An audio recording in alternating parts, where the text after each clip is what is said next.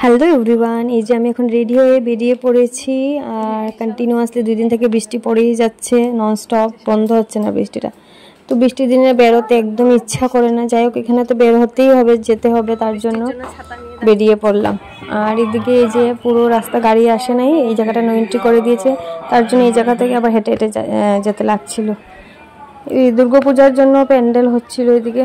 যাই হোক, এখন এসে গেলাম আমরা স্টেশনে। অনেক লোকজন, তার জন্য রাস্তায় অনেক ভিড় ছিল, লোকজন ছিল। তো সবাই স্টেশনে আসার জন্যই রাস্তার মধ্যে অনেক লোকজন ছিল।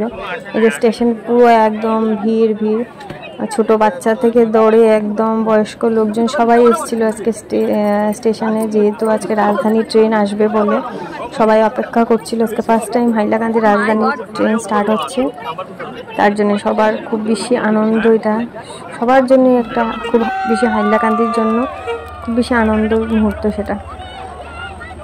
তো এদিকে ট্রেন এসে গেল। এই যে পুরো ট্রেনটা একদম মালা দিয়ে, খুব সুন্দর করে গাঁদা ফুলের মালা দিয়ে সাজানো হয়েছিল ট্রেন।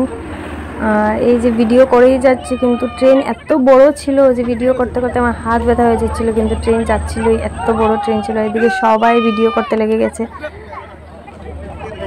হাইলাকান্দির জন্য তো হিস্টোরিক ডে ছিল, বাট আমার জন্য খুব বেশি স্পেশাল ছিল এই যে ট্রেন মিজোরাম দেওয়ার জন্য। বিকজ আমি আমার লাইফের একটা হিস্ট্রি শেয়ার করতে চাই সবার সাথে। আমার বাবা আজকে 45 ইয়ার্সের উপরে হবে মিজোরাম কাজ করে, কিন্তু আমি কখনো সেই জায়গায় যেতে পারিনি বিকজ অফ অনলি ট্রেন। কেন কি এখানে বাই রোডেই যেতে হয়, আর আমি তো বাই রোডে বেশি চলতে পারি না, লং টাইম গাড়ি চড়তে পারি না, তার জন্য আমার কখনো সেই জায়গাতে যাওয়া হয়নি। আর আমি ভেবেছিলাম কখনো ওই জায়গাতে আর যেতে পারবোই না।